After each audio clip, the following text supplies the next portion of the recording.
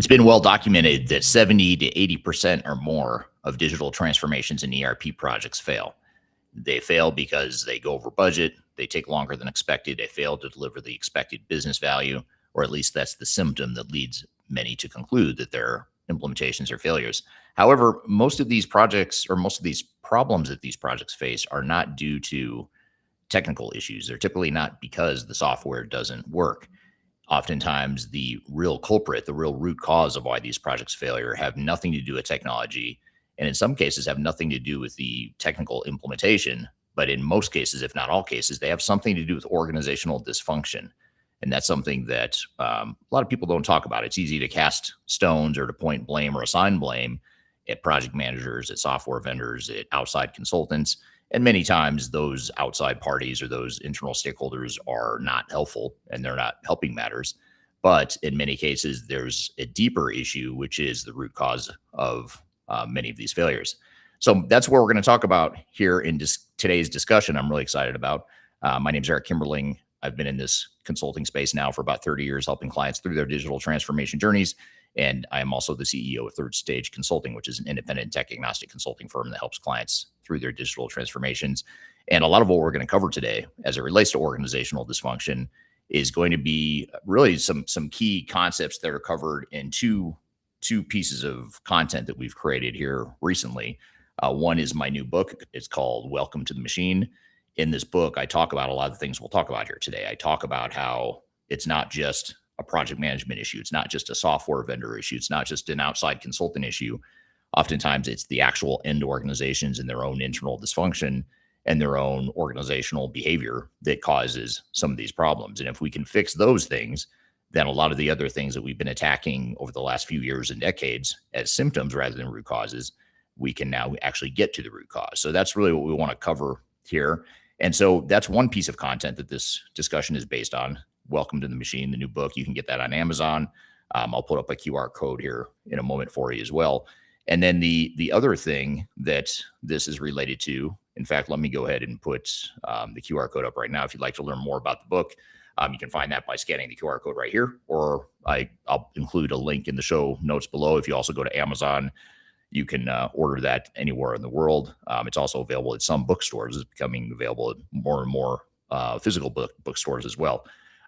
So that's one piece of content that this discussion here today is based on, is the book Welcome to the Machine. The other thing that this is based on, and just to show how we're really doubling down and diving deep into this concept of organizational behavior as a team and as a company, and that is a TV series that we're launching in October. It's called Welcome to the Bright Side, and it's a show that we just started production on. The main production started last week. The main principal photography and camera work was done last week with the ensemble cast, and there's still some fine tuning we've got, or some additional scenes to film, but it's for the most part, I'd say 80 to 90% complete filming, and that's going to be launched in October. And this whole show is a fictitious digital transformation. It shows and unpacks a fictitious digital transformation that may not look so fictional to a lot of you when you see the show, but it's meant to be a light-hearted and edutainment style mockumentary series that follows a team through their digital transformation. And in that TV show that will be available on YouTube, the whole concept here is that a lot of the problems that this company faces, this team faces, is internal organizational dysfunction that then leads to some of the other symptoms, like hiring the big fancy system integrator, hiring the big fancy leading ERP provider. Those are some of the symptoms of a deeper root cause in many cases. So we unpack a lot of that in the show. In fact, later in this discussion, stay tuned. I'm going to share with you some behind the scenes footage and share with you how that filming went last week, because it was actually a lot of fun. I've never done anything like it. I've never made a show. I've never done any sort of acting. Neither had most of the people that were involved, but it's going to be really cool. I was really happy with how the filming went last week, over the weekend into today, or yesterday, actually. Just yesterday, we finished a big chunk of the filming for some of my parts that I'm playing. So I'll share with you some behind the scenes footage, so stick around for that. And let me know in the chat if that's a show that you would be interested in. I'm curious to know if that's something that would be educational to you and or entertaining to you to watch a show about digital transformation. Of course, it's going to have all the stereotypical problems that organizations face, and it's the same patterns that we see over and over. So that's the whole premise of today's discussion. We are going to talk about organizational dysfunction. I'd love to hear from you in the chat. First of all, what city and country are you joining from? Please chime in. I'd love to hear your thoughts there, where you're joining from. And I'd also love to get your feedback on what you think the biggest organizational dysfunction is in a digital transformation. What jumps off the page at you, or what just pops into your head? What's the first thing you think of when you think of digital transformation or ERP implementation? And then you think of dysfunction. What is the dysfunction that you think is the biggest problem in your experience, whether you're going through it now or whether you've been through it in the past? Love to hear your thoughts. Drop in the chat if you don't mind. And of course, we're going to be taking questions throughout today's conversation as well. So we talked about how 70% or 80% or more, depending on which statistic you look at, are of these projects are typically classified as failures. And some of the things that come to mind is that, first of all, as I mentioned, many times the reasons why the projects fail are misdiagnosed. Again, it's easy to point at project managers. We didn't have a good project plan. We bought the wrong software. We bought too much software. Our vendor lied to us. We brought in a big four system integrator and they overbilled us. I mean, there's all these things that, yes, those are problems. I don't want to be dismissive or underplay or understate those challenges. But oftentimes those challenges, those problems are a symptom of a deeper issue. And so I'm really trying to attack and get to the real root cause here. And it's something that I've been borderline obsessed with over the last 30 years of seeing the same patterns over and over and over again. And I've had the privilege of seeing some of the biggest failures and some of the most complex failures in the world as an expert witness. And that's a really rare experience that is very telling and eye-opening, because you are not only seeing a failure, like a lot of us, I'm sure a lot of you watching right now or listening right now have seen your share of troubled or problematic implementations, but there's something about seeing just a massive, massive train wreck dumpster fire of an implementation that actually happened. Sometimes I do these expert witness cases and I have trouble believing that it's an actual real story. It feels fake sometimes because it's so dramatic and over the top. So I have I guess the good fortune of having seen some of this organizational dysfunction that we'll talk about here today at scale. And I've seen the consequences and the collateral damage that comes from that. And be curious to hear from some of you as well. What sort of organizational dysfunction have you seen, and what was that collateral damage? But again, the whole point here is what are those issues that lead to challenges? So here's a few of them, and I'll start with, and this is just to get the conversation going here. And that is that there's three recurring dysfunctions that happen in these sorts of projects oftentimes. First is unrealistic expectations about a digital transformation. And really that comes from either a lack of sophistication, a lack of knowledge, a lack of validation and objective viewpoints related to a project. Because a lot of times when executives go into a project or they decide to make an investment in technology, they go in with a mindset of, I'm going to hire the experts. The experts come in, they tell me what the price tag is going to be, what the cost is going to be, and they take it at face value. And that's in many ways understandable. But right there, that's the start of many problems. Is you're being sold to, I don't want to say vendors or big system integrators lie intentionally, because they usually don't, but they're usually overly optimistic. They downplay the risk and they want to sell you software. So during that sales cycle, there's a huge, huge risk, especially at the executive level. And I would argue executives are a big problem here, because I think usually when you talk to the front lines, when you talk to mid-level management, they tend to have a sense of the reality, or better sense of the reality of what these projects are going to look like, because they're on the front lines. They see how their current processes work. They see the warts, they see the strengths, they see the things they do well. They know all the, where the bones are buried. They know a lot more in many cases than the executives, and the executives are sold a vision. They're sold a utopia style view of some magical cloud AI native new solution that's going to totally transform and modernize their business. And that's what executives want. And that's their job, is to lead organizations towards modernization and improvement and performance.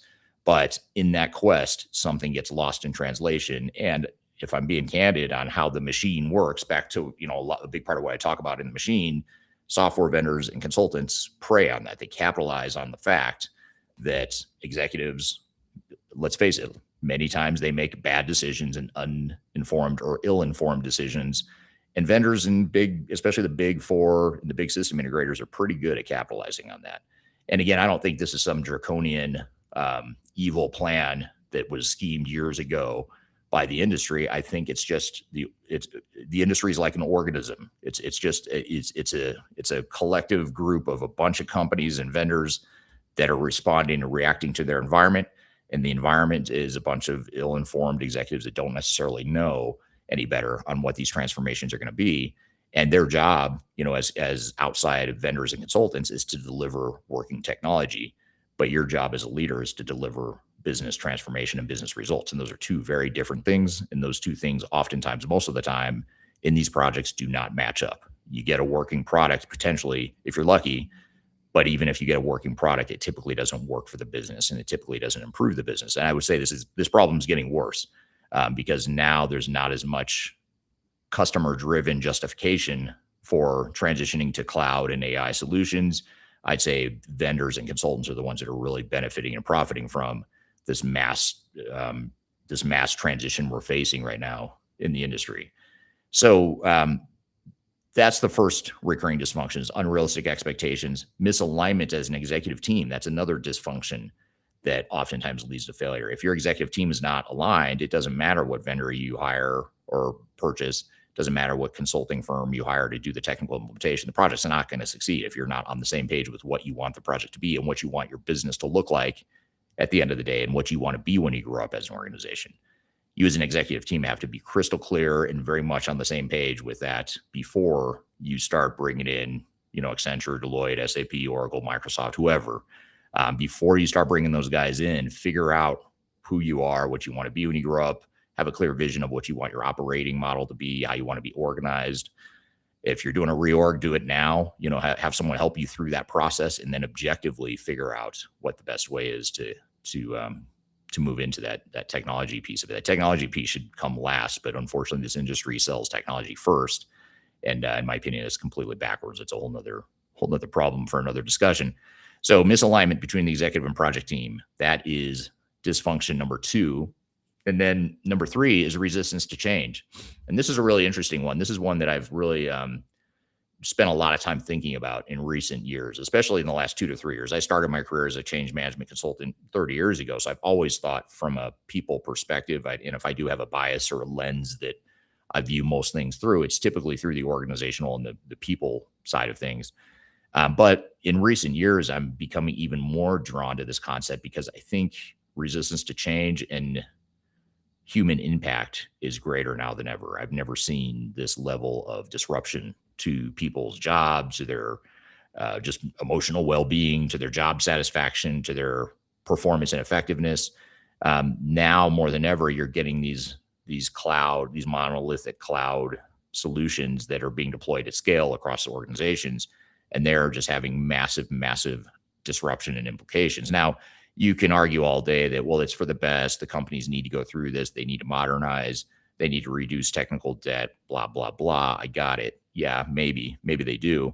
But even if that's true, the way that companies and vendors are going about it is completely disruptive, and it's not good. I mean, it's just not a good situation, in my opinion. I think this industry is in an all-time high level of unhealthiness in terms of the benefit that it's not delivering to customers.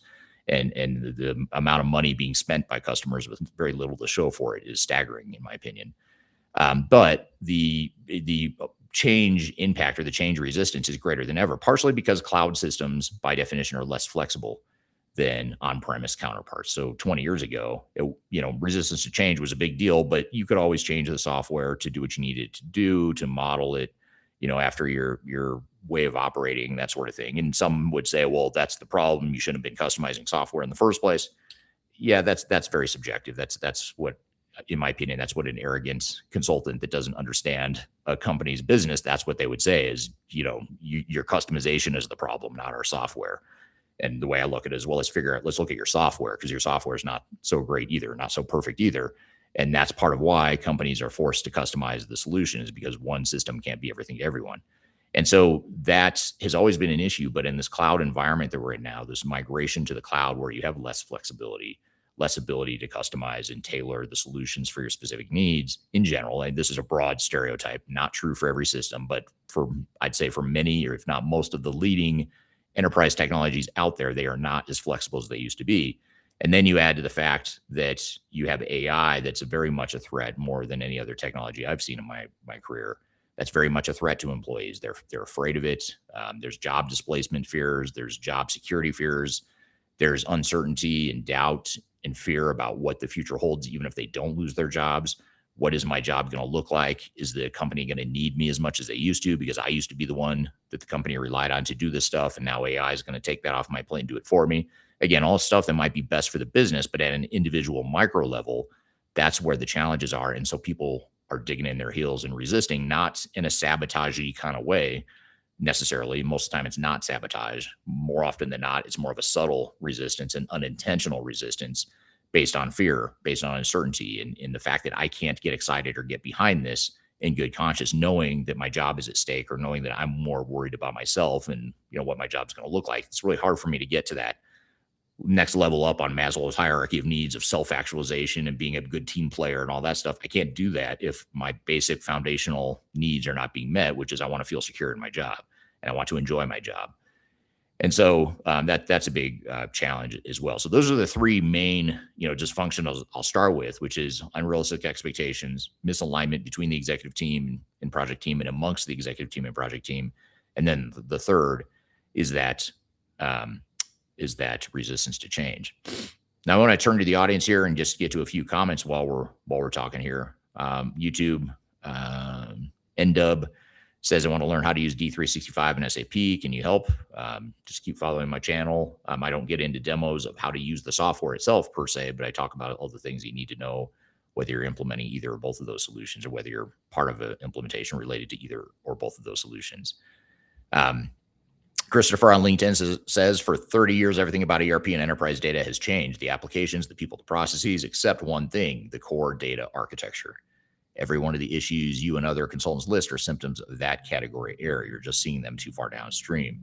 So data architecture is a big deal. But in some ways, I wonder, what is that a symptom of? Because I don't think the data itself or the data architecture itself is a challenge. I think maybe it's the fact that, for example, you've had a disparate group of systems that have sprung up throughout the organization because the technology tools you had didn't do work or didn't do what they needed to do. So someone went out and bought new technology and pieced together an unintentional or an undefined architecture that then led to technology silos, process silos, data silos, which then leads to corrupt data or dirty data, which then leads to problems when you go to implement a new system later. So I would say, yeah, data architecture is absolutely an issue and it's a challenge. But again, I'm trying to get at what's underneath it, though. What's really causing that? Because data itself is not the problem. It's not like every company out there just decides, hey, we're going to screw up our data or we don't care about our data. They don't intentionally do that. There's something that's driving that. There's something that's leading to that unintended consequence. And I think a lot of that is organizational as well. Lack of process definition, lack of governance, lack of accountability, lack of a clear vision of how you want your systems to work together and support the business. If you have all these things laid out, then the data problems won't be as likely to happen. Although even then you could have some data problems even then still, but that's a more foundational thing you want to make sure to get to. Kyle from LinkedIn is joining from Raleigh, North Carolina. Thanks for joining today, Kyle. One of the biggest reasons for failure is poor implementation strategy and plan. A partner sold the strategy and plan, but it doesn't align with how the organization actually operates. And that's a big part of what we illustrate and through fiction and through storytelling in the new show that we're launching soon, the Welcome to the Brightside series. That's where we talk about that dysfunction or that disconnect between what a consultant thinks can be done and the reality of a business. And again, I don't think consultants lie. I don't think the big four partners come in and lie intentionally, but I think they come in with their rose-colored glasses, their overly optimistic view of, from drinking the SAP Kool-Aid or drinking the Oracle Kool-Aid or whatever vendor they support. They're drinking the Kool-Aid. They truly believe in many cases that a company can or should be able to deploy a technology within a certain amount of time, but they don't understand the internal dynamics, the dysfunctions, the politics, the resistance to change, the friction, all the stuff that every organization has. And, we can call the baby ugly or point out all the warts all we want, or say that they shouldn't operate that way. They shouldn't be dysfunctional in that way, but they are. So instead of hoping that a new technology masks the problem, why not acknowledge and accept the fact that there is organizational dysfunction? There are internal politics. There are internal alignment issues that need to be worked through. It's a reality. So let's just deal with reality rather than what we think the world should look like. And I think that's the big disconnect between organizational end customers and the consultants and vendors. Is the consultants and vendors come in with these assumptions or these sets of assumptions that their plans and budgets are all based on. And it's rare, extremely rare, that those scenarios are anywhere close to reality, in my opinion. Whenever we're advising a client, I mean, those first proposals are just so far off the wall. And it's crazy because, the consultants and the vendors, they truly believe that, for example, this project could get done in 18 months. It's 18 months seems to be the most common or the midpoint of the bell curve of the project proposals we see. And it's not just 18 months for like a $100 or $200 million company with, a few hundred employees. It's 18 months for a multi-billion-dollar company with 10,000 employees. And you think, okay, you've got 20 locations and 10,000 employees. How in the hell are you going to implement new technology of any sort, of any reasonable scope in 18 months? And the spoiler is it's not going to happen. But yet vendors and system integrators are in there selling that. And that's part of why clients hire us, is to help add a dose of reality, because we're not, we don't get commissioned by or paid by the software vendors. We don't care really what software our clients do or don't purchase or implement. All we care about is just seeing them succeed, because the only people paying us are them, the clients. So our 100% loyalty is to the clients. Vendors don't always like that because they're used to having more control and more influence over the big four and the big system integrators and that sort of thing. So when a smaller company like us, a mid-sized consulting company like us, comes along and refuses to drink the Kool-Aid, it's frustrating for them. And it's very telling too. It's very interesting to me. But back to the question here, the big disconnect between how a project or a solution is sold and the reality of what can actually be done is very interesting. Some chatter about Patrick Mahomes. Interesting. I guess it is football season, American football season starting up here. John on YouTube says, I think ambiguity gets exploited. CEOs don't know all the captivity risks that can exist in the implementation. I think proper contract governance could mitigate these risks. And that is very, very true. If you have governance in general, not just contract governance, but just overall governance, that's something that can certainly solve or start to solve some of these challenges. And then there's a follow-up comment here. I'm not sure what it's in reference to from John about Patrick Mahomes, hint. And that might be in response to someone else in the commentary, but I put it up here anyway, just in the spirit of American football season getting underway. It's just right around the corner, which is exciting. Here's a question from Sanjay on LinkedIn. Sanjay says, hello, do you see the way data designing and architecture has got to do with the failures in ERP in the organization? How do companies do with the people management? So I think data design and architecture, back to that point, I think that is it is a relevant point. It is important. And that's a follow on, I think, to Chris's comment on LinkedIn. I do think that's an important thing. But again, I think the people issues oftentimes are the real culprit. And a lot of times it comes down to the people errors or the lack of data governance. And when I say data governance, it's really people governance. What does a process look like? How do we manage our data? How do we ensure that data stays clean and reflects reality? That's more of an organizational issue than it is an actual data or technology issue. And that's why I keep coming back to people, not because I want to ignore data, but because I want to look at why does the data get screwed up in the first place. It's not usually because the numbers themselves were migrated wrong. It's that somewhere along the way, a human corrupted that data through an error or just a mistake, a common mistake in the process. And so having process governance in place, data governance in place, contract governance, all those things are really important to make sure that the behavior matches what needs to happen. Okay. So Chris has a follow-up comment here on LinkedIn. He says, the disparate applications, as you said, crop up because the architecture of the core system of record was not sufficient to handle the needs of the businesses.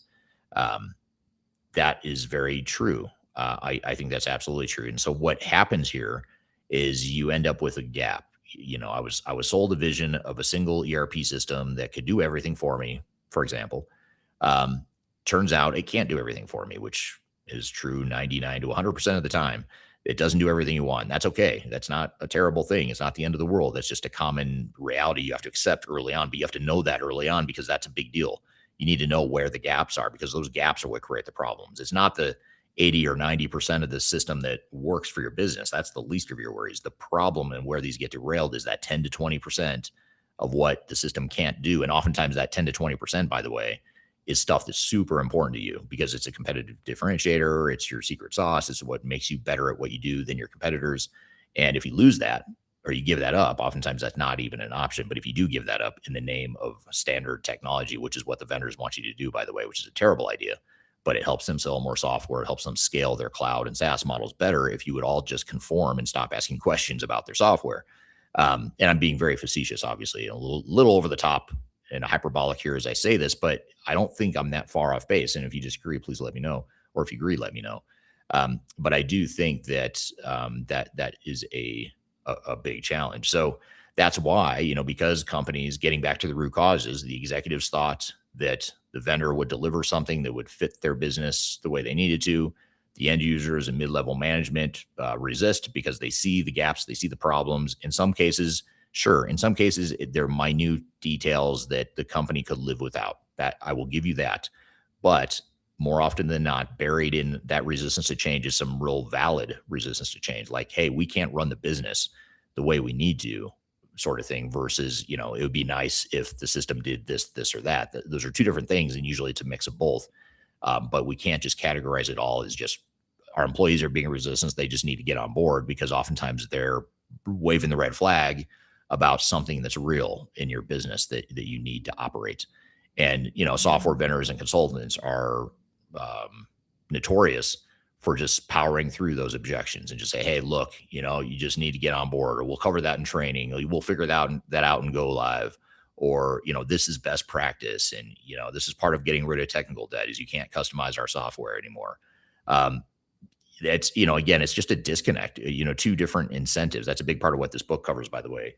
A big part of what Welcome to the Machine talks about, which is really important, I think. I don't know why this isn't studied more in business schools, or, PMP certifications, or certainly if you're a CIO in training, I think, or an executive in training that's going to lead any sort of transformation, I think you have to read not just this book, but just know the concepts in this book.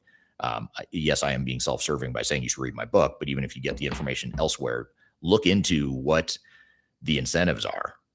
How are people being paid? Because it's really, really important. And that question's not really brought up much, but you have to look at, obviously the software vendor, they're getting paid to sell you software. It's fair enough. But look at like how they scale their businesses. They scale their businesses and they profit and they succeed. And the investors love when they can get you locked into a long-term SaaS cloud contract with very little to no customization that allows them to scale their businesses as much as possible. And that's fair enough. That's their prerogative. That's their job as leaders of a software vendor. But you have to look at what are they what's their hyper focus? Their hyper focus, if you're an executive at a software vendor, especially a SaaS or a cloud software vendor, you are hyper focused on getting what a metric called ARR in place. ARR is annual recurring revenue. I talk a lot about it in this book because it's so pervasive in the industry. And I feel like there should be a bright light on this metric, because it's part of what drives a lot of the dysfunction in the industry. And this is one area where I think the dysfunction is coming from the outside into organizations that are trying to modernize their technology, because the investors love when a vendor can deliver recurring revenue. And recurring revenue comes in the form of cloud contracts with very little customization. Because then if you have a cloud contract with very little customization, I can keep you on that same platform for longer, and you have less technical debt that you're financing on-prem or whatever. So investors love it, which means the executives are getting comped. They're getting compensated very heavily to maximize ARR. That's fair enough. But what's also happening then is they are driving, come hell or high water, they're driving the entire ecosystem to push that same narrative, that same agenda. So now you've got all the big four consulting firms, all the large system integrators. They are being pushed to drink the Kool-Aid and to blindly buy into concepts like clean core, fit to standard, customization is bad. It's like a bunch of robots in the industry just spouting out the same thing because there is so much money at stake. And so they're building this entire ecosystem to sell as much software as possible, and of course the services to support that software. And again, it's all being driven by investors who want to maximize that ARR, which then leads to sometimes irrational behavior from the consultants and system integrators, especially the big four and the big partners, because the big four partner with SAP and Oracle and Microsoft and those guys. And those vendors are paying the system integrators or the consultants to support their software and to be partners. So the consultants make money off the software vendor. They're being influenced by the software vendor. The software vendors are, or the consulting firms are dependent on or beholden to the software vendors to get leads. That's the other thing. That's the other currency I talk about in this book is in Welcome to the Machine. It talks about how so many consulting firms are so dependent on vendors to get leads that their real loyalty is to the vendors. You think about it, like if I'm a CEO of a consulting firm and I make a majority of my profit and revenue from vendors, like from commissions that I'm getting from vendors, from helping sell or supporting the sale and implementation of more cloud-based software, my real loyalty is to them. I mean, at the end of the day, if I have to choose between a single individual customer or client or the vendor that my entire business is dependent on, I'm probably going to side with the vendor. And that's the bias. That's the dysfunction that comes from the outside that I think is the greatest. So back to this question. I swear I was getting to a point here related to Chris's question. The disparate applications happen because of that dysfunction that comes from the outside. Executives decide, hey, we want to put in this new single system. We've been sold a bill of goods. And then the end users revolt and say, hey, it doesn't work for everything we need. So therefore we need other systems to support the software gaps that are there. And so again, that's a big challenge, and that's something that starts in the sales cycle. There's a comment from Dostonian on YouTube. Says, I agree with you. Don't speak out against the software or even try to solution around the shortcomings, or they will complain. They absolutely will. And they're the other dysfunction in this industry too that just drives me absolutely insane is the degree of gaslighting that happens in this space. I mean, it's just baffling to me that this industry can get away for so long, to get away with gaslighting customers into thinking they're the problem. Like, our software is fine. It's best practice. You're the problem. You're resisting change. You need better change management. And then they sort of move on to the next thing. And usually they won't really help you with change management. They'll just tell you they'll help with training and basic communications, but that's not change management. So they're not, they're part of the problem, but not necessarily part of the solution in many cases. Because again, they profit from the problem.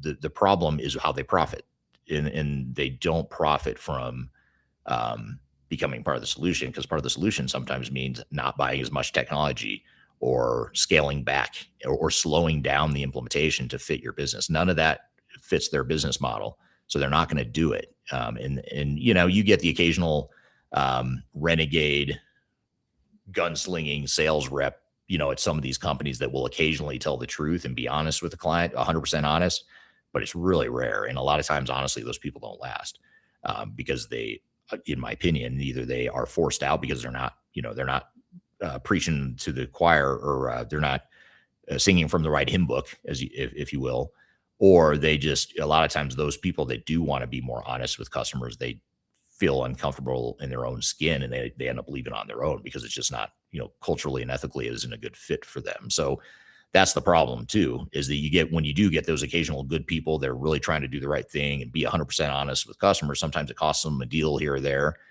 but they feel good in their own skin for doing it. That's not what the system or the machine rewards. The machine rewards compliance and towing the company line. And again, this behavior, in my opinion, is getting out of control, largely because there's so much money at stake. If this bubble bursts, this whole cloud and AI bubble bursts at some point in the future, which it may, then I think some of this behavior or some of this pressure that's coming from the outside might subside a little bit. It won't go away, but I think it won't be quite as escalated as it is right now. But that's pure speculation on my part. Dostonian also says on YouTube, I had a Fortune 15 client and spoke with the CIO of a software vendor who was ecstatic to try to solve the problem. His CEO said, no, thank you. I sell software. Let them buy one of my tools. It's very, very common. And again, I've been trying lately, and in this book, in the TV series, Welcome to the Bright Side, in the show especially, one of the things I had trouble with when I was writing it, and also especially when I was casting and trying to figure out how the characters should be played, I had trouble with the role of software vendors because I don't think they're bad people. I think they actually are mostly good people, but they're caught up in the machine. I mean, they're just doing their job. I don't want to say that they're not at all responsible, but I mean, we all have to work, right? I mean, if in SAP and Oracle and Microsoft and those guys, if you look at them as a direct company and the ecosystem of partners and those that benefit from each of their individual ecosystems, I mean, it's in the tens of thousands, hundreds of thousands of people that are employed in that ecosystem. So, of course, I mean, it's not, you've got to do what you got to do. And so these are mostly good people getting caught up in the machine in a series of misaligned incentives that don't fit what organizations actually need. And then Third Stage Consulting on YouTube says, unfortunately, that's all too common. And I do agree with that. So what I want to do here, I'm going to share with you a couple behind the scenes here, and then I'm going to get back to the discussion here around dysfunction. I'm still curious to hear those of you that are just joining in the chat. We're talking about organizational dysfunction and how that leads to digital transformation failures. A lot of what we talk about here today is outlined in my book, Welcome to the Machine. By the way, this book is broken up into 3 sections. It's broken up into end customer, software vendor, and consultant. So it talks about each of those 3 stakeholders in an implementation and how each of those 3 parties have their own dysfunctions and misaligned incentive structures that lead to a perfect storm of problems. And so again, it's really trying to diagnose the root cause here rather than pointing blame at vendors or pointing blame at an end customer. It's not that. It's looking at how they all work together, and it's a very dysfunctional way of working together. And again, it's not something any one person can change, but what you can do as a leader is you can navigate it differently. And if you know about it, you understand it, you can make smarter decisions and manage your project a lot more effectively. And so it's not, the book was not designed to change the industry. The book was designed to provide a playbook of here's all the risks. Here's the battlefield you're walking into. Here's what the enemy, if you will, they're not enemies for real, but using the war analogy, here's what the enemy is going to do. So prepare yourself accordingly. And it's essentially like if you're going to war, you're going to read you want to be prepared. And this is a lot like a war. So that's what the book is meant to do. And then the other piece of what we're talking about here today is also outlined in a new YouTube series that we're launching called Welcome to the Bright Side, which covers, it's a what's it called? A fictitious or a fictional story about a company called Meridian Global Industries. They're a mid-sized manufacturer of gaskets based in Pittsburgh, Pennsylvania, and they are going through a digital transformation with a software called ABC, Advanced Business Cloud. And they work with a Big Four-ish or Big Four style consulting firm called MBV. And I forgot what the name, Marwin Bishop and Vale, I think is what it is, some real fancy sounding name. Again, all fictitious, but we started production, the actual filming last week. We did a really heavy lift of filming last week. I want to share with you a couple images here. I'll just flip through this is actually on my phone, so you can just kind of see some of the pictures we got behind the scenes. But you can see, some of the footage we did. This is actually an off camera interview that we were doing, but here's the actual production. You can see the set here. We actually had a war room set up, kind of a bullpen area for where the employees worked. And then there was another setup for where the war room was. And then there's a big conference room where, the boardroom where the executives would meet, the steering committee would meet. And in the story, it's pretty cool. It does have it talks about an executive sponsor, his imperfections and flawed decision-making and how that affected the project. The employees who are right but aren't being listened to, that's a big part of what we talk about. And you can see Emma Roloff, if you know her, that's the back of her head right there. You may recognize her face if you see it here in a second. She plays one of the main characters where she is the IT project manager who actually is very smart, very competent, very talented, much like Emma in real life. The difference here, though, is the executive team doesn't listen to her. And so they trust the consultants a lot more than they trust her. They bring in the big fancy consulting firm, which is played by the partner of this consulting firm is played by Marcus Harris. If you know him, he's an attorney. And he plays the part really well because he's a likable guy. And so you kind of can relate to him, but he's also doing things that benefit him and his company, but they're harming this company unintentionally. There's a picture of Fred Hessler. He plays the Big Four project manager who's, telling us that the dashboards are all green and everything's fine. We'll figure that out in production. Don't worry about it. Go live is going to be great until it's not so great, and things go off the rails there.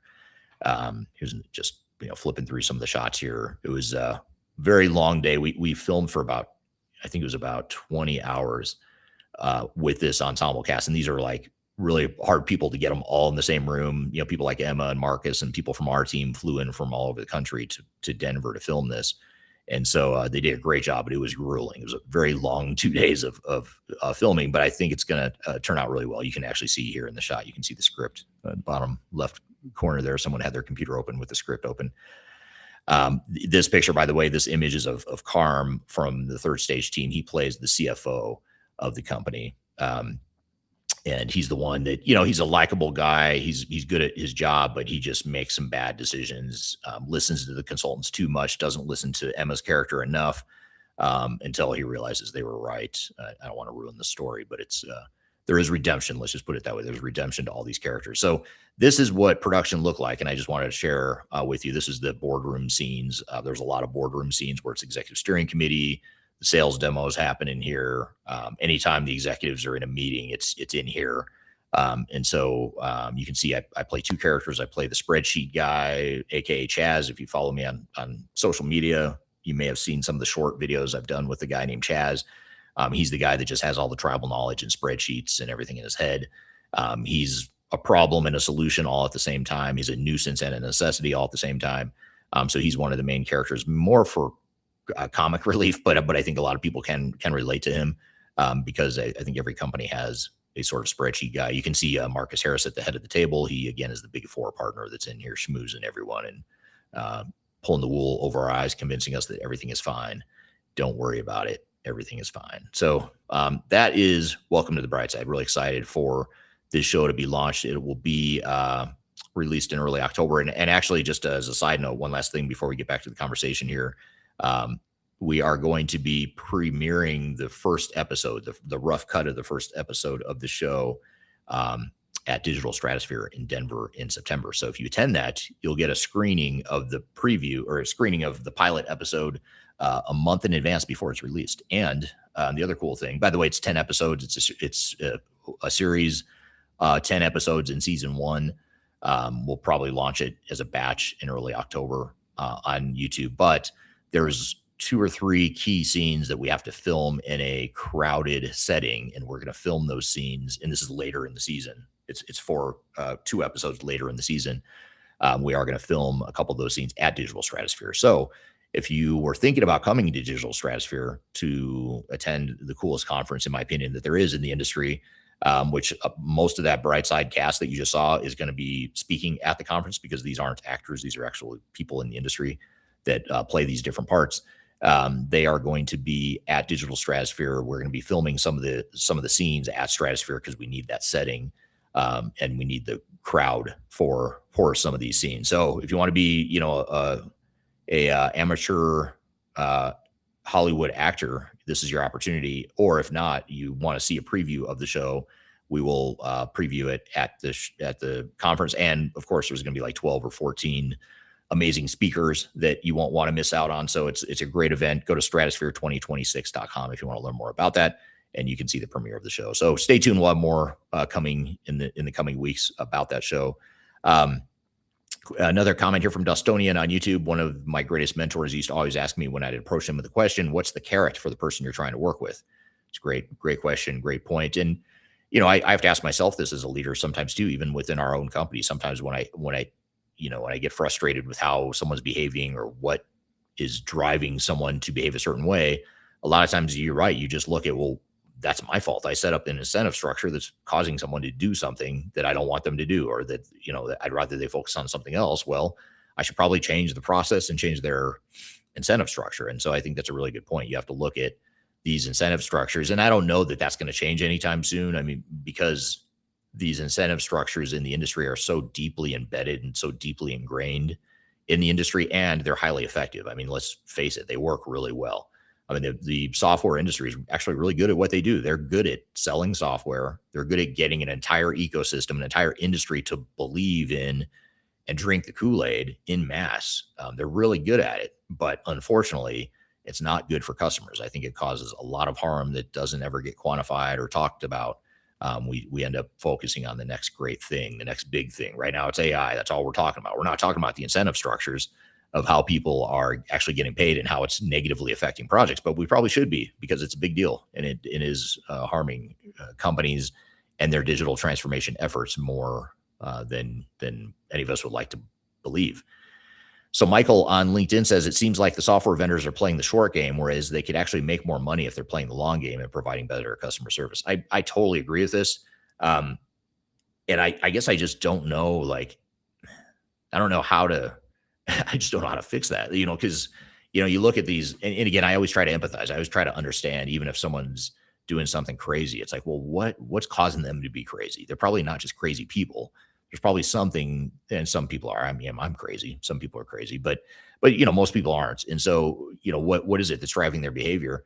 And it's hard because they can't help but think short-sighted. Like, if I'm a sales rep, and it all gets down to the micro level, I think that's the problem.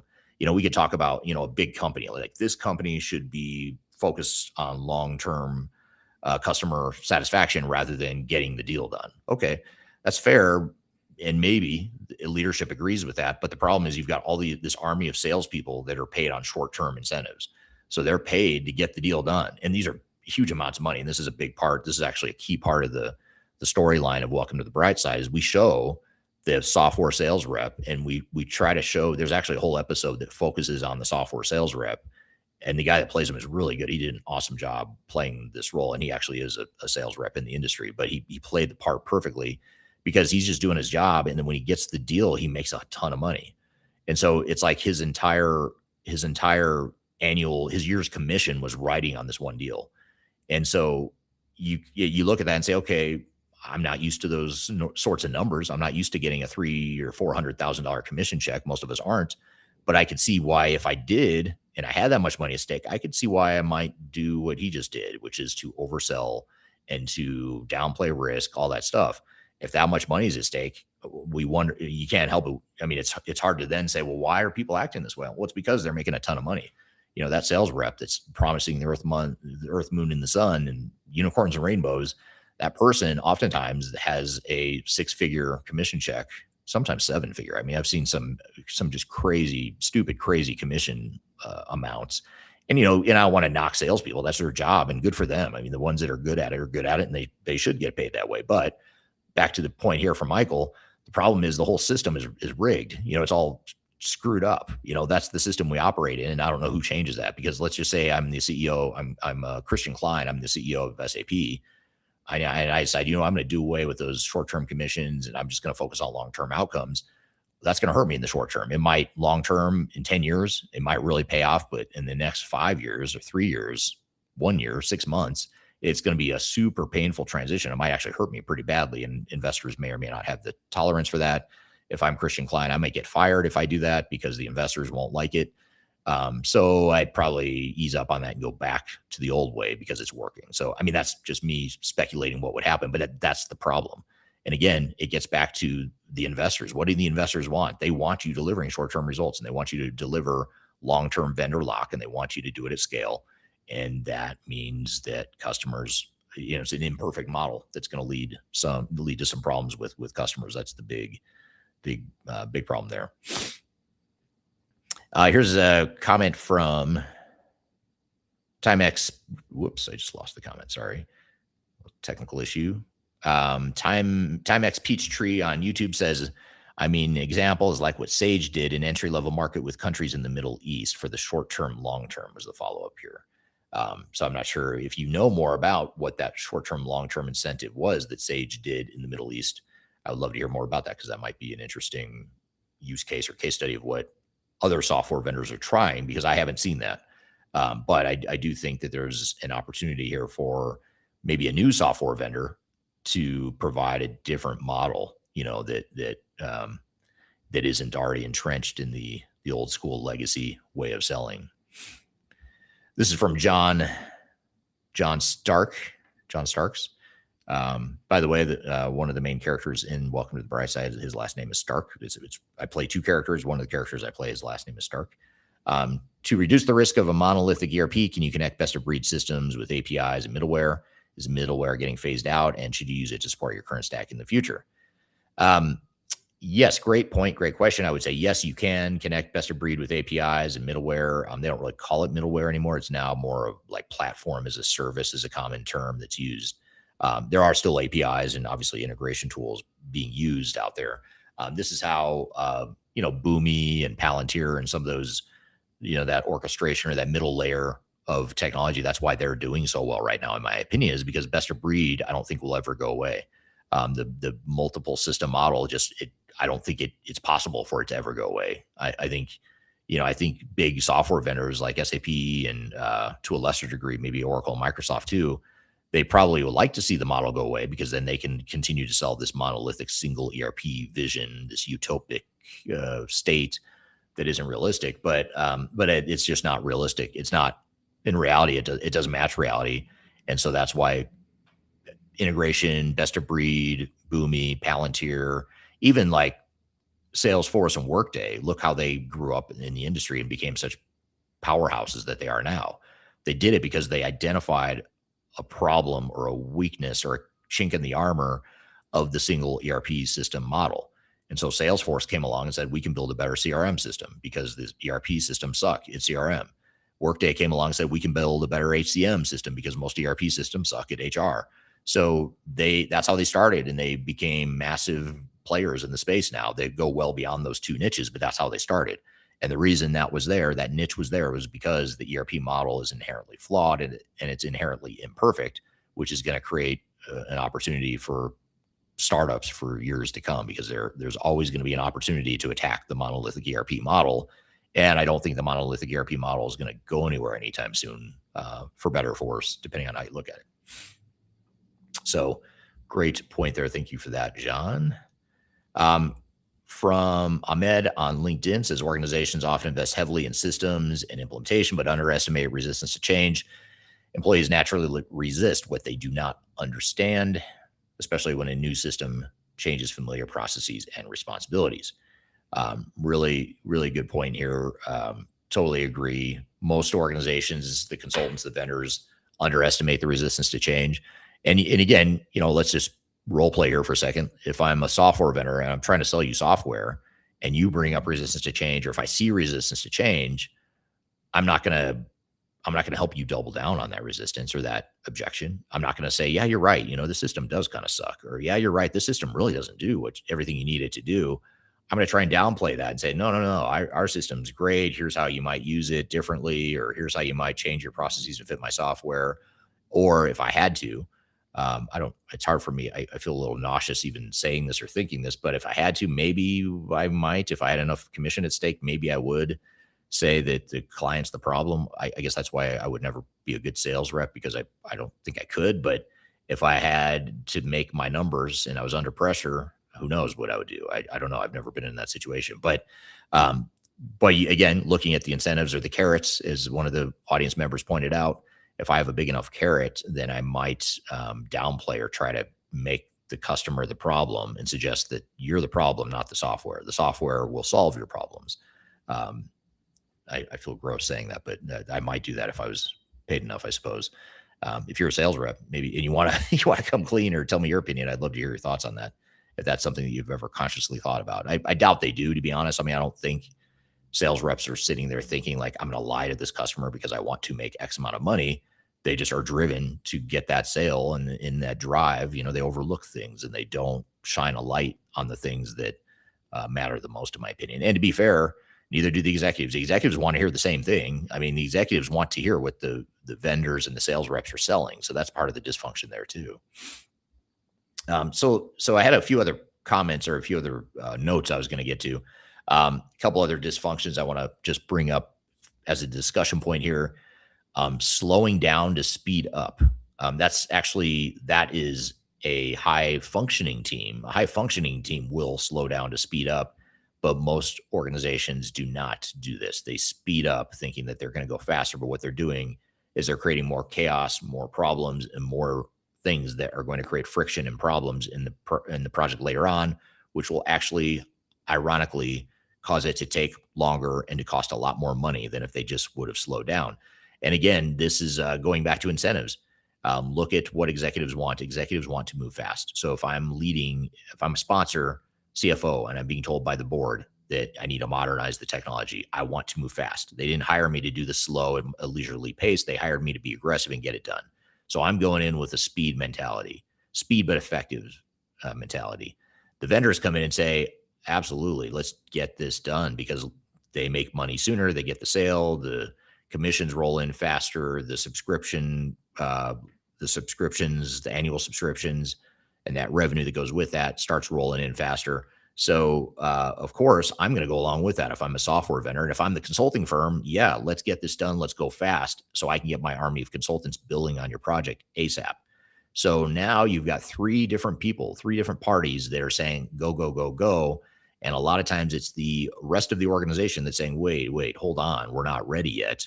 And everyone else is saying, go, go, go, go. We'll never be ready. This is never going to be perfect. There's no time like the present. Our old system is getting phased out. We have to do this now. So that false urgency is real, but it's manufactured. It's a manufactured urgency in many cases. And that's the bias that haunts these projects is that speed kills it because I feel like I'm going fast, but I'm going fast straight towards a cliff. And when I fall off the cliff, it's going to take me a lot longer to dig my way out of that and get back on the path than if I just would have taken the time to figure out where the hell I'm going and what the hell I'm doing, and then bring in the vendor, then bring in the army of consultants before the stakes get too high. So great, it's a great thing to keep in mind. So slowing down to speed up is one thing to overcome in this world. Executive over delegation. That's the other thing. So if I'm an executive and I was hired to lead a massive, complicated technology transformation, I'm not a technology guy, let's say. So what am I going to do? Well, I've got this partner from this big consulting firm over here that's telling me that they can just take this all off my plate and do it all kind of a turnkey, one throat to choke sort of solution. And that sounds really good. That sounds amazing because then I could just go do my real job while you guys take care of this messy technology transformation stuff. And so the executive team ends up agreeing with that. And by the way, that's even better because my team is spread so thin already. We're already lean as an organization. We don't have the resources to fully support this project, but the consultants are telling me they can just handle it. So problem solved. I mean, this is amazing. What was a problem is now a solution. So now we've over delegated to consultants. Now a couple things happen. One is, first of all, the meter is just getting out of control. The bill rate now is just off the charts, and you're going to blow your budget before you realize it. And by the way, you're going to be harmed by blowing the budget, but the consultants are going to benefit, which is kind of weird. Like your harm is actually their benefit. So that's one thing that's going to happen now is the meter is kicking in at a high speed, and now you're going to pay a lot more to outsource the project with that mentality, that outsource mentality. Secondly, you're not going to have any ownership of the project. This is probably the even bigger deal. You don't have any real ownership of this project. You have consultants making decisions for you of how they think your business should run based on how the software works, which sure, maybe 60%, maybe 70% if you're lucky. That's 60 to 70% of it might be okay. It's still going to create disruption, but maybe it's okay. You could live with it. But that last 10, 20, 30% that isn't ideal for your business, they're making decisions for you, whether you like it or not. And they're doing it in the name of best practices, and we're the experts. So that's a problem. So now you've outsourced how your business is going to run, and now you've locked yourself into this really long-term contract too, by the way. So that is a big challenge. And so that's how these problems start. Now you've got lack of ownership. It cost you a lot more than you thought. The project is not going to go well. It just doesn't go well. I would argue that it is nearly impossible, if not impossible, for a project to succeed when an executive team has outsourced most of the project or an overwhelming majority of the project to an outside third party like a Big Four consulting firm. Those projects, they just are incapable of succeeding. But here's the problem. The Big Four consulting firms and the software vendor will succeed. And so you got to think about that. Like, they will succeed. In fact, if you fail, they're probably going to succeed even more. And they'll say all day, well, no, we don't want that because we want the reference. Well, they don't need a reference, honestly. I mean, these bigger name consulting firms don't really need, Accenture doesn't need a reference. Deloitte doesn't need a reference. There's, tens of thousands of companies, big firms throughout the world that use their services every day. So, they don't have a reference problem necessarily. All they need to do is find the occasional successful client, and they've got a lot of them. But the problem is they, in my opinion, have arguably even more failed customers than they do successful ones, but they have enough successful ones that they have references. So I'm not buying the whole thing that they really care, because they don't. How could they care if they still made 10, $20 million off of you? And at the end of the day, your project was a big, massive disaster. I doubt they would say, you know what, we feel bad. We're going to give you your money back because we really screwed that up. It's just not going to happen. Again, the incentive structure is completely screwed up in this industry, and that's a problem. But as a leader, you should know that. Like, you're not going to change it, so don't complain about it and say, I can't change it. Just accept the fact that that's how it is, but navigate accordingly. Know that that's what you're up against, and know that every time you get a recommendation from a consulting firm that's getting paid like that from their vendors and from you and your potential failure, know that that's any decision they make, any recommendation they make is going to be biased and influenced by that. And you, as a leader, have to be able to have the backbone and the strong stomach to say, this is the way we're doing it. I know you're recommending A, but I'm going to do B, not because I don't want to listen, not because I don't take outside expertise seriously, but because this is what's best for us as a business. And that's just the way it should be. I'm a consultant. I would love if every client listened to me all the time. They don't. Sometimes they just don't agree with me, and that's okay. I'm not going to sit here and I made my case. You don't agree. You're moving forward. I'm not going to ditch you and say you're a terrible person. I can't work with you anymore. I'm going to help you navigate that decision you just made. And I think as consultants, it's too easy to just blame the customer and say, you made this decision and you're the problem. Well, I also don't have the same internal pressures in politics that an internal person has. So I can't put myself fully in their shoes and judge them, because they themselves have their own internal dysfunctions and politics and pressures that I don't fully understand, and I never will. So that's the way I think more vendors should think about it too, is because the end customers are making a decision for a reason. It could be lack of knowledge. It could be lack of sophistication. It could be internal politics. It could be the way they're getting paid, what they're being pressured by their higher ups. Who knows? There's a million different things that could cause that, but those sorts of things lead to potential dysfunction on a project like this, and you just have to understand it. All right. There's a comment from Carla on LinkedIn. Carla says ERPs were built for corporate environments, not universities. As a result, even shared features fail to cover the diverse regulatory and accreditation driven processes in higher education. Absolutely true. Um, ERP systems, it's not even just corporate environments. I mean, within corporate environments, they were really built for manufacturing. I mean, that's really where ERP systems started. It was an offshoot of a category of technology called MRP, which is material resource planning. That was back in the 70s.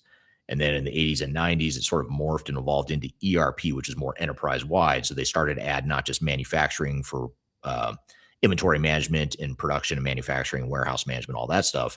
But then they started to add finance and accounting and more advanced planning, HR, CRM. They started to add all these outlying capabilities, and then they called it ERP. So they have a new name, and they have broadened and become more accessible to more organizations. But to Carla's point here, they were not built for universities. They were not built for government institutions. They weren't built for nonprofits. They weren't built for financial services organizations or consumer services, industrial services. I mean, none of those industries were the intended target for ERP systems, but they are now.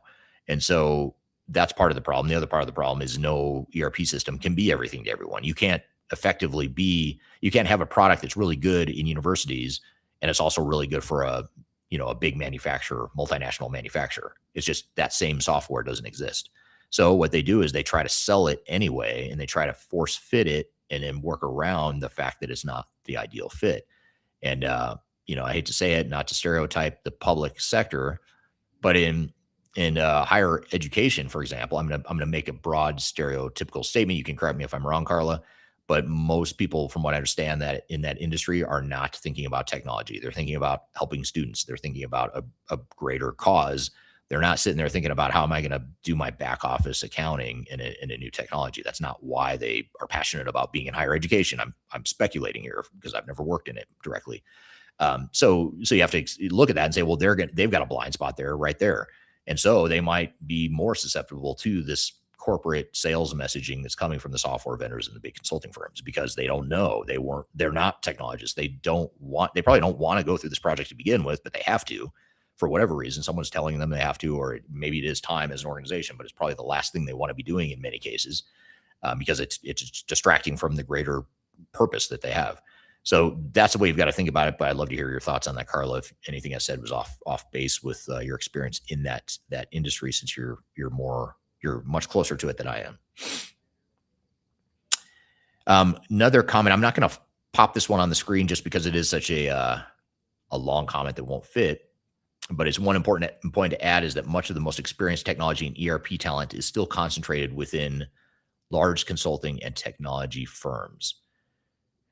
So I'm going to read the rest and try to paraphrase it here. Okay. So essentially what and I apologize, I don't see the name of the person here. It's not showing up on my software, but someone on LinkedIn said this, and I'll pop up the beginning of the comment here just so you can see it. But this person is pointing out why, some of the root causes of why some of the best talent is still concentrated within the large consulting and tech firms. And it's basically saying that that means that talent is not as available to like individual end customers if they just want to go find talent on their own. I would disagree to some degree. I see what you're saying, and I actually think there's a lot of truth to it. So I don't want to totally disagree, but I do think there's options. There's alternatives. If you want to find really good talent, we actually tap into many of the same pools that the big four consulting firms do. So if you go to a big four consulting project team, a lot of that team is typically subcontract. I mean, they're contracting out to individuals that are part of a staffing firm or whatever. They were staffed outside the company, and we have a staffing arm that will pull from those same pools. So a lot of times we're pulling the same talent that would be on an Accenture project or a Deloitte project or whatever. And a lot of times too, we get, we as a company at Third Stage, we try to hire people that have that experience, but they're also jaded by it. Like they understand that there's a role and there's value in the big four, but they also understand that the way the big four model works is pretty broken and pretty screwed up. So they want to do something more agnostic and more independent and less tethered to that old way of thinking. So that talent is out there, but I agree that in general, the big consulting firms seem to have a perceived lock on a lot of the best talent, but there's ways around that. We tap into that because I actually like hiring past big four renegades like myself. I used to be a big four consultant, so I understand the value. I'm glad I did it, but I'm glad I'm not still there. I'm very glad I'm not at one of the big four because I don't think, I mean, it just wouldn't have lasted. I'm surprised I lasted the 2 years I was there, honestly, because it's a difficult environment, not in terms of having to work hard. I can handle working hard, but it's just the politics and the incentive structure and just the dysfunction in the big four consulting firms, in my opinion, is a disaster. If I'm going to be candid there. So we talked about slowing down to speed up, executive over delegation, over reliance on the technical implementer, weak program and project governance. One thing that we see is that, and this sort of ties back to the over reliance on the technical implementer and the over delegation from the executive team to the outside implementers. But somewhat related to that is this concept of program management versus project management. And a lot of times when executives say we want to manage this project or we want to do this digital transformation, we need a project manager. Again, the vendor and or the consultants come in and say, oh, perfect, we have a project manager. Don't worry about it. We got it. We've got this guy. We've got this gal that has implemented the software a million times. They're going to be great. They're going to handle it for you. Well, the problem is you've just brought in, you haven't filled the role. You have not yet hired a program manager when a vendor says they have a project manager. You have a technical project lead that manages one work stream within a broader implementation. So in a broader implementation, you typically don't just have one technology. First of all, typically it's multiple technologies. You're going to have something you've got to integrate with or some third party that you're bolting on. It's just going to happen. I mean, we see it all the time, especially with the bigger clients. So you're going to have multiple technical work streams, which means you need multiple technical project managers. So that one project manager that you thought was going to solve everything is only handling one work stream of many technical work streams. And then you've got other work streams outside the software specific ones. So you've got things like data, architecture, integration. That's a whole work stream, a whole animal in and of itself. And so you need a project manager for that, or a project lead. You need a change management lead, someone whose job is to manage the entire user acceptance and change management training, communications, all that stuff. You need someone that is going to manage the process improvements. What the process analysis? What are our processes going to look like? It's not good enough to just say we're just going to do whatever the software does. You have to you have to define what it is you want it to do, so you can configure it correctly, and so you can be part of that change team that I mentioned as well. So you've got all these different work streams that need to tie together, and that's where the program comes in. That's the program management office. And by the way, the program management office absolutely should be removed from and independent from the software vendor, because you need someone that's not getting paid by the software vendors to make program level decisions, governance decisions. Because why would you have a fox guarding the hen house? Why would you have the arsonist, putting the fire out? It's however, whatever analogy you want to use. You don't want that bias at the program level. And so that's a big part of what organizations are failing to do when they just hire a big consulting firm to be the project manager. They're just, all they've done is fix one work stream or address one work stream, and expected that person is going to solve all the other problems, which they're not qualified to do, nor should they be focused on, even if they are qualified, because they're biased, they're compromised, so they shouldn't be doing that. Right. Just a comment again on YouTube. Generally, increasing people has caused like pivots, which takes more time to go live. Also, retraining. So if you add more people to a project, it causes more pivots, more training. But that's part of the messiness of those projects too. Carlos said, right, ERP sell the idea of being higher ed ready, but universities that implemented them have spent millions to adapt systems never meant for academia. Thus, why depend on consulting firms to customize their processes in an ERP? It's a good question. Or why not find different consultants or different vendors that fit the model that you're looking for? And it's probably going to mean that you don't have one single system, although there are some ERP systems that are more focused on higher ed than others. I think I'm thinking of like Unit 4. I think Unit 4 is one that does quite a bit in higher ed. There's others as well, but that's the first that comes to mind. But you could look at a system like that, or you start to look at more best of breed solutions like, Workday, for HR and that sort of thing. And maybe you have other systems that handle the basics of what you need in that ERP system. So good point. I think a lot of higher ed institutions pick the wrong software and they try to force fit the software where it doesn't really belong. Ravit said Gartner predicted the most modern ERP era back in 2013. Companies would shrink the ERP down to the ledger and build best-in-class applications on top of it. Do you still see that shift actually happening, or are companies quietly consolidating back into the suite? I don't know. That's such a good question. My gut tells me that Gartner was right back in 2013, and that's still going to happen. And we do see a lot of clients, to be clear, we do have quite a few clients that are doing exactly that. Like SAP in particular, a lot of SAP ECC customers are saying, okay, SAP is going to basically force us to upgrade to S/4HANA because they're discontinuing support of ECC.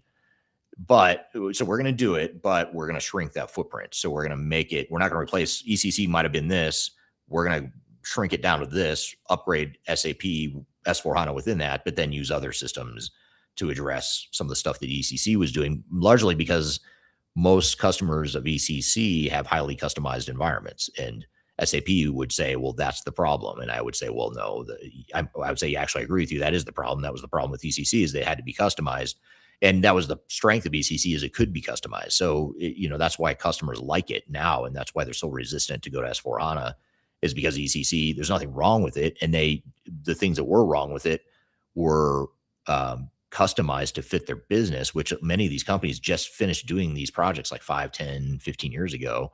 And now all of a sudden SAP saying, okay, time's up. Now you gotta move to this new system when the old one's working fine. And so I don't think that's a sustainable model. Back to the comment someone made earlier, like, don't the software vendors think longer term, or shouldn't they? I think the smart ones will, but I don't know that the big incumbents are capable of it. They're just too big and they're too entrenched. And I don't say that as an indictment on SAP or Microsoft or Oracle or anyone like that. I say it as more of a just look at history. When you get a big incumbent that is that entrenched in an old model, they can't. I mean, it's nearly impossible organizationally and strategically and financially for them to make the transition where they need to go. They have to. So SAP has to double down on their model. They're innovating, sure, they're making the product better, but they're not innovating in a composable ERP way that the market might go because it doesn't fit their model. And so it's a good question. I do think that's where the industry is going to go. I think it's going to cause a shakeup. And I don't think the leading ERP systems today are going to be the same systems leading the pack in 5 or 10 years. And again, that's just based on history. It's not because I think SAP or Oracle or Microsoft are wrong or bad at what they're doing or making the wrong decisions necessarily. It's just that history shows that, especially in technology, they've been incumbents. Think about like SAP. They've been the incumbent ERP provider, especially among Fortune 500, 1,000 companies for 30, 35 years. That's a long ride for a tech company. I mean, that's a very successful big track record for a company. So SAP has done a great job, but I don't know that a company that big can navigate the changes fast enough, largely because the model that it's built on. But I think that creates opportunities for Palantir, for Boomi, for some of these Databricks, some of these other newer tech companies that are different. They're providing something different, and they can move faster. They can attack these niches or these deficiencies in the market, whereas SAP is too big, in many cases to address that. Richard on LinkedIn says, on the mark, Eric, responsible, sustainable leadership obligates the executive group to take the risk of ownership of an ERP or any other transformation or reinvention of the organization. They are in those positions because a judgment was made by either an owner or the board or other people with the authority to put them there, and they depend on them to execute accordingly. So I would say, though, that executives need to take the risk. I mean, either way, they're taking on the risk. And either way, it's a highly risky endeavor. That's not going to change, whether you manage it all yourself in a DIY, do-it-yourself approach, or if you outsource it entirely to a Big Four consulting firm. It's going to be high risk. The odds are stacked against you. But I would say that the riskier option is to just delegate it or assume that the big consulting firm is going to do it all for you. Now, the problem, though, with this, and this is more of an individual psychology dysfunction, and that is if I'm a CIO and I know that the odds are stacked against me, I know I'm in a very, very high risk situation. I have to start contingency planning, for lack of a better word, COIA. I have to cover my own ass. So what's going to look better and what's going to help with self-preservation and self-advancement? What's going to look better if the project does fail? Is it going to look better if I just did it all myself and didn't bring in Accenture or Deloitte or KPMG or whoever?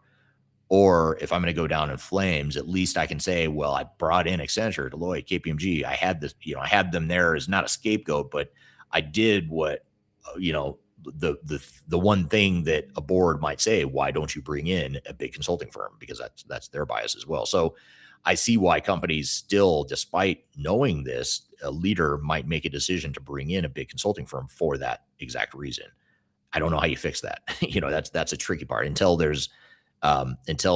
executives have the perception or the confidence that they don't need a Big Four consulting firm. And in fact, the Big Four consulting firms and the big consulting firms in general oftentimes make projects even riskier and have a higher likelihood of blowing a budget, blowing a timeline, and costing way too much and disrupting your business and leading to failure. I would say that's actually higher risk with one of the really big consulting firms. You're better, in my opinion. The more successful ones are the ones that work with a mid-sized system integrator that is going to try a little harder for you and isn't quite as over the top biased and over the top trying to overbill you and that sort of thing. So it's about leverage. It's just as much about leverage and governance. Can you manage the SI versus the SI managing you? If you hire one of the Big Four, you're not managing them. They're managing you. They might make you feel at times like you're managing them, but you're not. They are in control. And I've seen these big consulting firms go so far as to put it in their contract that they have ultimate decision-making authority over any decision on a project.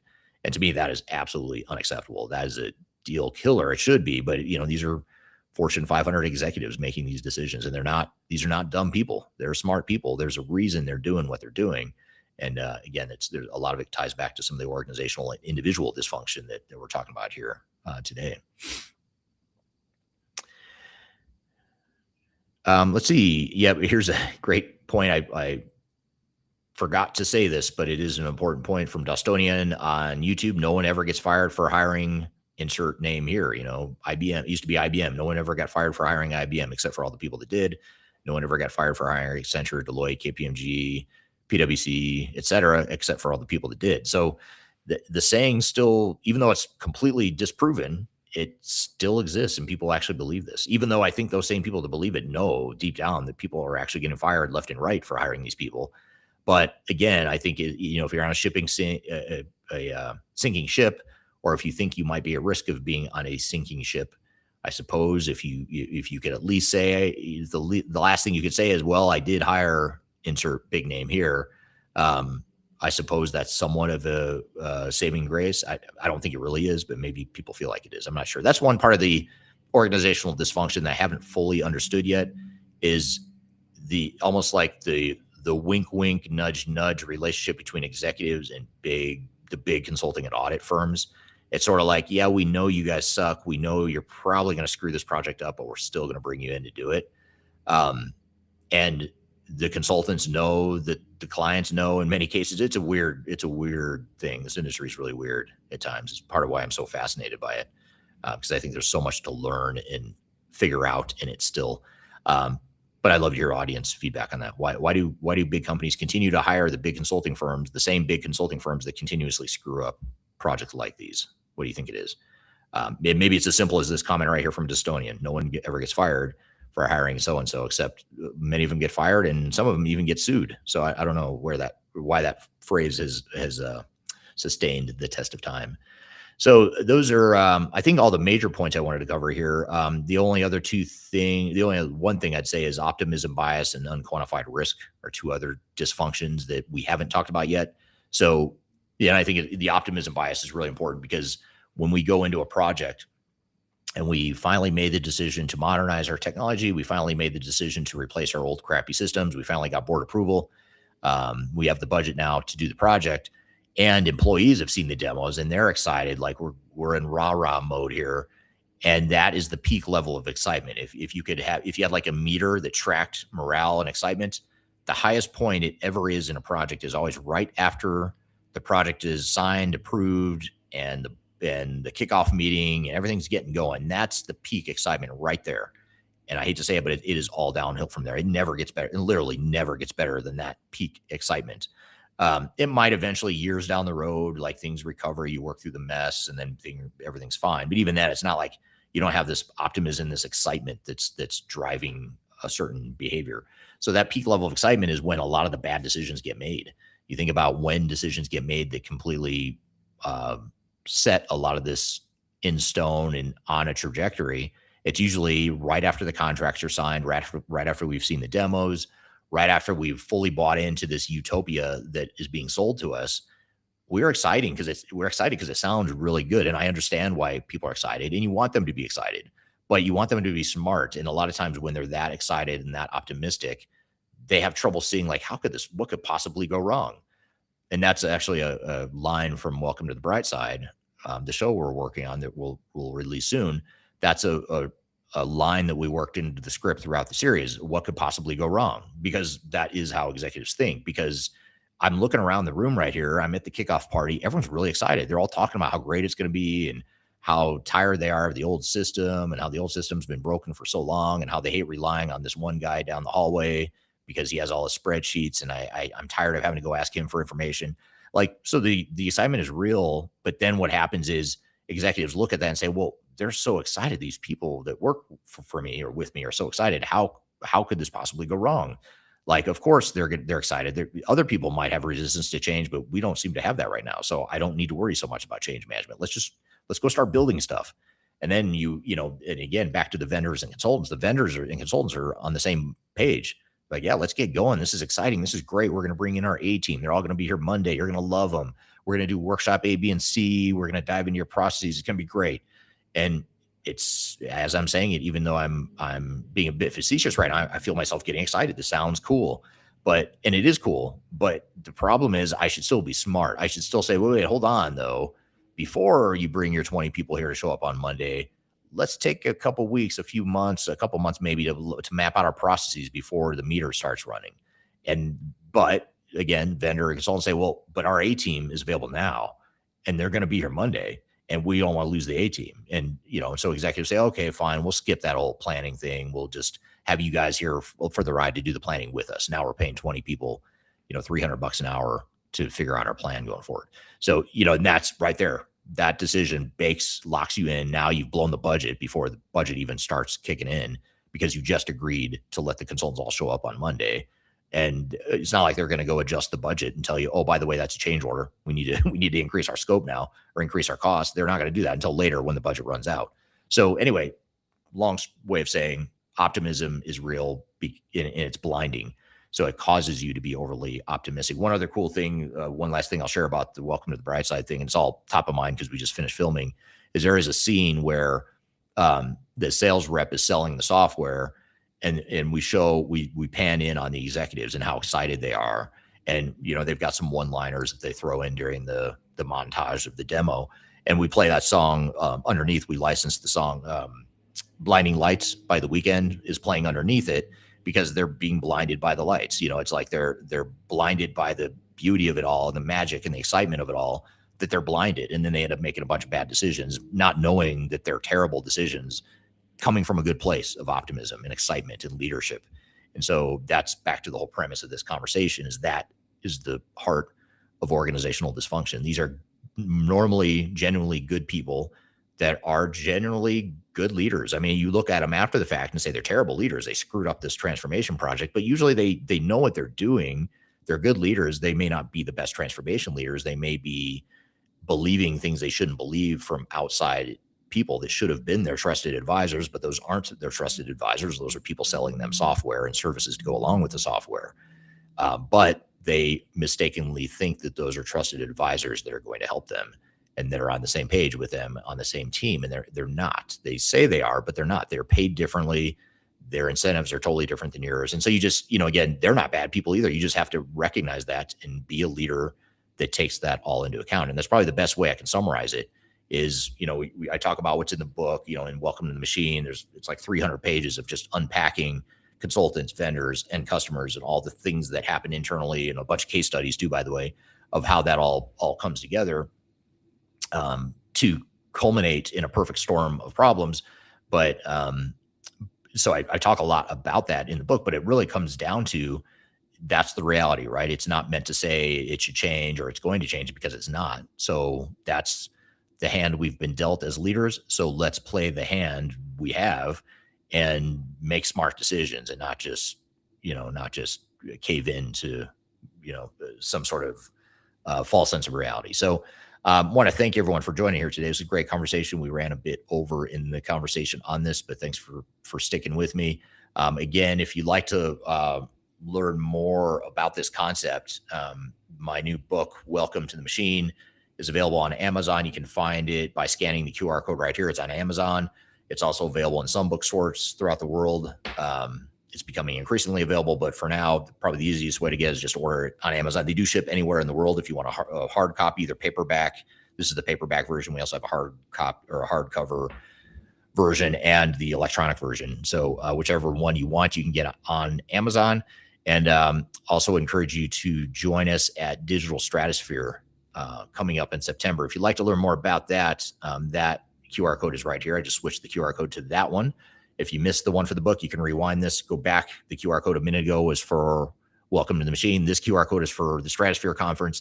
At that conference, you can learn more about how to be successful in your digital transformations. You'll get to network with other peers, other CEOs and leaders that are going through project transformations, and you'll get to learn from consultants and vendors and others that are there to provide an objective, unbiased view of digital transformation. So it's not like your typical vendor conference where it's all about rah, look at all of our new features and our new software. It's more, here's the reality of what you need to do to be successful. And so if that sounds interesting to you, check out the speaker lineup by scanning the QR code there. You can see all the different pricing options. You can join in person, of course, is ideal. But if you can't join in person, you can also join remotely. And we have virtual passes available. And we actually loop the virtual people into the conversations via Q&A and other discussion throughout the conference as well. So be sure to sign up and register there. And you get access to the recordings of all the sessions too, whether you join in person or remotely, virtually. And by the way, one last thing, we are going to be, if you missed it before, what I mentioned earlier in the show, we are going to be premiering our new show, the fictitious mockumentary about a fictional digital transformation that won't feel so fictional to many of you, but it is. It's not real characters, but the story looks real to a lot of you. But that 10-episode YouTube series premieres or launches in October. We're going to premiere the first episode at Digital Stratosphere in 2 weeks. So that's another reason to join. And the added bonus is we're going to be filming a couple scenes remaining later in the season that we have yet to film, and we are going to film those at Digital Stratosphere. So you'll get to be part of the production, or at least get to watch part of the production too if you're there during the happy hours and whatnot. We're not filming it during the sessions; it's more during the happy hours and the networking breaks. We'll be filming a couple of the scenes in the crowd. So anyway, that's hopefully a reason for you to attend. I'll be there. We've got about a dozen other keynote speakers that'll be there, panel discussions, all kinds of good stuff. So be sure to join us. Hope you enjoyed today's conversation. Thanks for sticking around today. We do these live discussions every week, same time, same place.